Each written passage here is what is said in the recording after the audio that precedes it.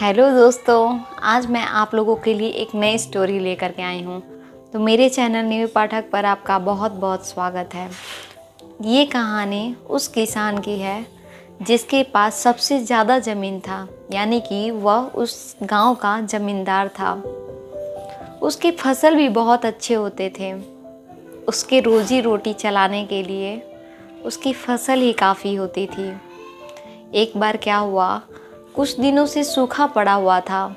उसके फसल नहीं हो रहे थे और उसे बैलों को चारा के लिए कुछ नहीं मिल पा रहा था। वह बहुत ही परेशान था। तभी उसे एक विचार आया। उसी गांव में एक सेठ रहता था जो कि बहुत धनी इंसान था। उसने सोचा क्यों ना मैं उससे कुछ उधार पैसे ले लूं। वह जाता है उसके पास और कुछ पैसे मांगता है। तभी सेठ बोलता है, इसके लिए तुम्हें कुछ कीमत चुकता करनी होगी और यदि तुम कीमत समय से नहीं चुकता कर पाए तो इसके बदले तुम्हें अपने बैलों को गिरवी पे रखनी होगी। बेचारे किसान के पास कोई और रास्ता नहीं था। उसने सेठ की बात को हामी भर दी।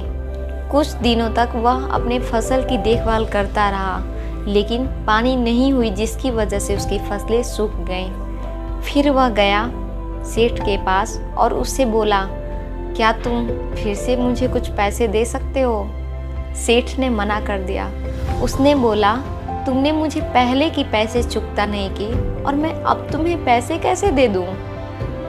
और ऊपर से बैलों को तुमने गिरवी रखी है, वो मुझे चाहिए। किसान ने बहुत गिड़गिड़ाया उसके सामने, लेकिन उसकी एक न सुनी और अंत में उसे बैलों को उसे देना पड़ा, उसके हठ के चलते। बेचारा किसान क्या करता, वो बहुत ही निर्बल था। वह घर आता है।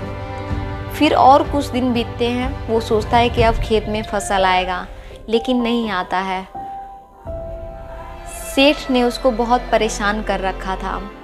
वह बोला, अब अपनी तुम खेत गिरवी रखो, तुमने पैसे लौटाने का वादा किया था लेकिन अभी तक तुमने नहीं लौटाया।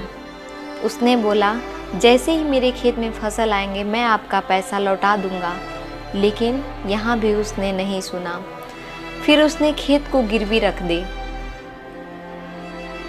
बेचारा किसान, जिसको सबसे प्रिय खेत और बैल थे, वह उसी में संतुष्ट था और बहुत खुश था।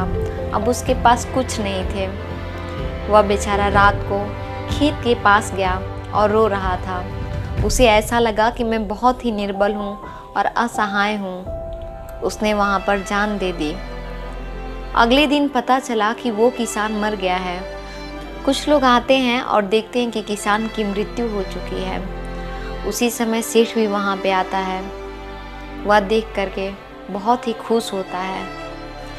सेठ को जैसे ही खबर लगी कि किसान मर गया, उसे बहुत ही खुशी हुई कि अब तो वो खेत भी मुझे मिल जाएगा। लेकिन एक रात वह उस खेत के पास गया और उसे रोने की आवाज़ सुनाई दी, प्लीज़ मैं तुम्हें पैसे दे दूंगा, मेरा खेत मुझे लौटा दो। वह डर के मारे भागे भागे घर आया और उसने अपनी पत्नी से सारी बातें सुनाई।